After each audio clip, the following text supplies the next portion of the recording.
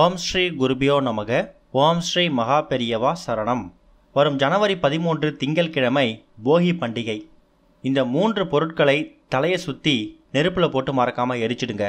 உங்களை பிடித்த எல்லா கெட்ட விஷயங்களும் விலகி ஓடிடும். அது என்னென்ன பொருட்கள், அதை எப்படி பயன்படுத்தணும்னு பார்க்குறதுக்கு முன்னாடி நம்மளோட வீடியோஸை இப்போ தான் நீங்கள் ஃபஸ்ட் டைம் பார்க்குறீங்கன்னா மறக்காமல் சப்ஸ்கிரைப் பண்ணிக்கோங்க. தொடர்ந்து இந்த மாதிரி அப்டேட் தெரிஞ்சுக்கிறதுக்கு பக்கத்தில் இருக்கக்கூடிய நோட்டிஃபிகேஷன் பெல்லை கிளிக் பண்ணி ஆல் அப்படிங்கிறத செலக்ட் பண்ணிக்கோங்க. இப்போ என்னென்ன பொருட்களை போகி அன்னைக்கு எரிக்கணும் அப்படிங்கிற பற்றி தெளிவாக தெரிஞ்சுக்கலாம். தை பிறந்தால் வழி பிறக்கும் அப்படிங்கிற வீடியோலுக்காக இப்போ நம்ம எல்லாருமே காத்துக்கிட்டு இருக்கோம். மார்கழி மாதத்தோட கடைசி நாளாக இருக்கக்கூடிய இந்த போகி பண்டிகையில் நம்மோட கஷ்டங்களை எல்லாத்தையும் நெருப்பில் போட்டு பொசுக்கி தை திருநாளை வரவேற்கலாம். வரும் திங்கட்கிழமை ஜனவரி 13 போகி பண்டிகை. நம் வீட்டில் இருக்கக்கூடிய கெட்ட விஷயங்கள், தரித்திரத்தை கொடுக்கக்கூடிய எந்த பொருளாக இருந்தாலும் சரி, அதை நெருப்பில் போடணும். நாம் கொண்டாடுற ஒரு பண்டிகைகளுக்கும் ஒரு அர்த்தம் இருக்குது.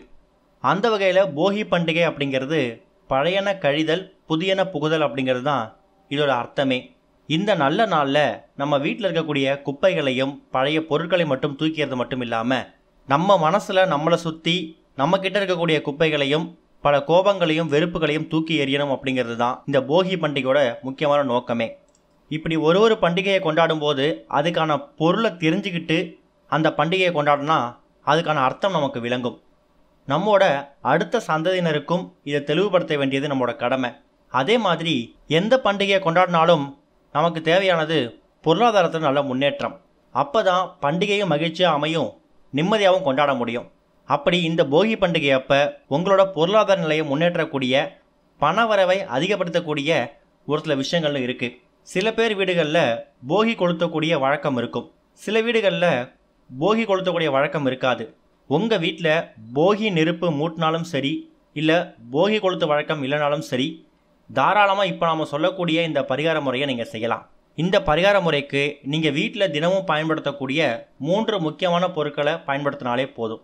போகி கொளுத்தக்கூடியவங்க பிரம்ம முகூர்த்த வேலையில் எழுந்து உங்கள் வீட்டில் இருக்கக்கூடிய பழைய பொருட்கள், பயன்படுத்தாத பொருட்கள் எல்லாத்தையும் தூக்கி போடணும், கொளுத்தணும் அப்படிங்கிறது கட்டாயம்.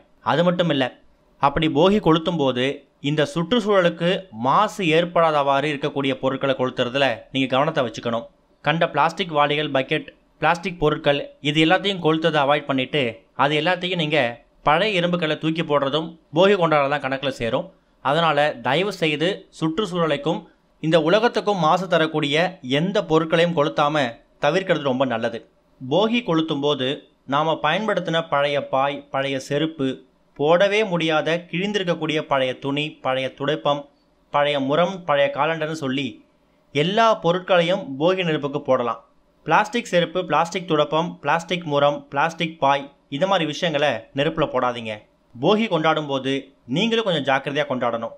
நிறைய பொருட்களை எரித்து அதிகமாக தீ வைத்து அது மூலயமா காற்று மாசுபடுறதை விட்டுட்டு உங்ககிட்ட இருக்கக்கூடிய எல்லா பொருட்களையும் கொளுத்தாமல் போகி கொண்டாடணும் அப்படிங்கிற சாஸ்திரத்துக்காக ஒரு 5 பொருட்களை நீங்கள் பழைய பொருட்களை கொளுத்தி நீங்கள் போகியை கொண்டாடினாலே உங்களுக்கு பழையன கழிதலில் புதியன புகுதலில் சேர்ந்துடும்.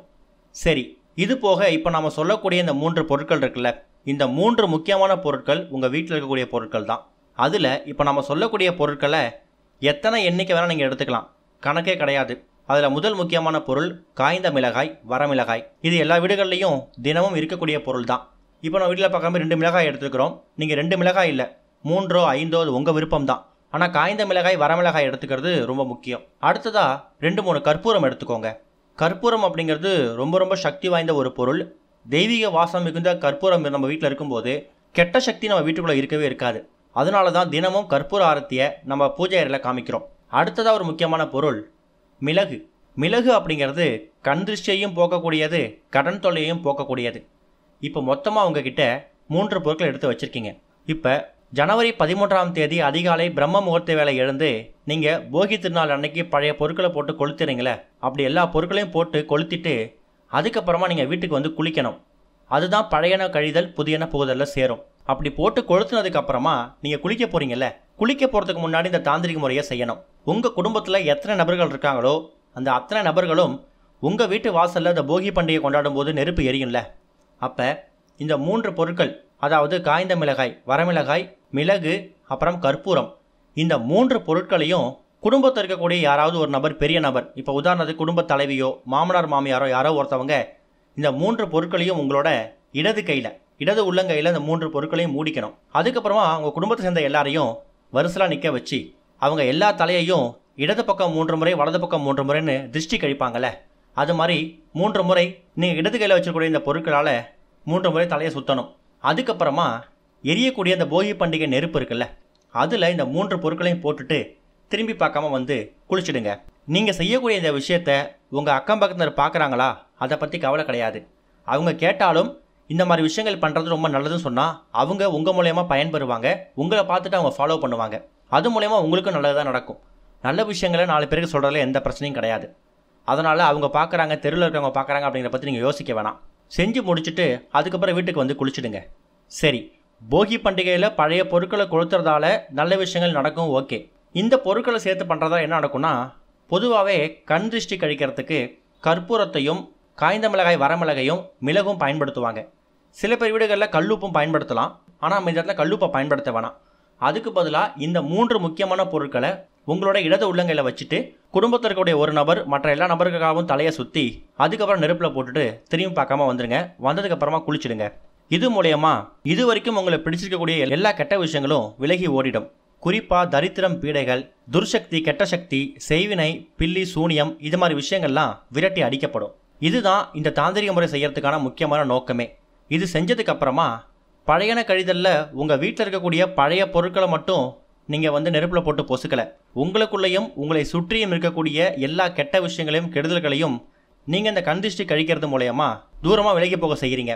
அதுக்கப்புறம் உங்களுக்கு பிறக்கக்கூடிய தை மாதம் இருக்குல்ல, அது ஒரு மிகப்பெரிய விடிவு காலத்தை ஏற்படுத்தும். தை பிறந்தால் வழி பிறக்கும் அப்படிங்கிறது ஒரு பழமொழி. அந்த பழமொழிக்கு ஏற்றவாறு நீங்கள் செய்யக்கூடிய, அதுவும் மார்கழி மாதத்தோட கடைசி நாள் போகி பண்டிகை அன்னைக்கு செய்யக்கூடிய இந்த தாந்திரிக முறை உங்களுக்கு புது வருடம் பிறப்பது போல, புது உலகம் பிறப்பது போல ஒரு விஷயத்தை உங்களுக்கு ஏற்படுத்தும். தை முதல் நாள் நீங்கள் எதை தொட்டாலும் உங்களுக்கு வெற்றி தான். இது வரைக்கும் உங்களை பிடிச்சிட்டு இருந்த எல்லா கெட்ட விஷயங்களும் இனி உங்கள் பக்கத்துலேயே இருக்காது. பொதுவாக நம்ம எவ்வளோ பணம் காசு சம்பாதிச்சாலும் ஒருத்தவங்க மேல்நிலைக்கு போகாமல் தடுக்கக்கூடிய சில விஷயம் என்னென்னு கேட்டிங்கன்னா, கண்திஷ்டி, போட்டி, பொறாமை தான். இந்த 3 விஷயங்களையும் நம்மளை சுற்றியும் இருக்கக்கூடாது, நமக்குள்ளேயும் இருக்கக்கூடாது.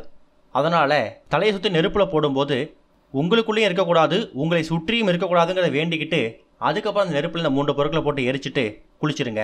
கட்டாயம் போகி பண்டிகையில் பழைய பொருட்களை போட்டு எரிச்சிட்டு நீங்கள் தலையை குளிக்கணும், அதை மறந்துடக்கூடாது. முயற்சி பண்ணுங்கள். தை மாதம் ஒரு மிகப்பெரிய விடிவுகால மாதமாக மாறும். ஓம் ஸ்ரீ குருபியோ நமக. ஓம் ஸ்ரீ மகா பெரியவா சரணம்.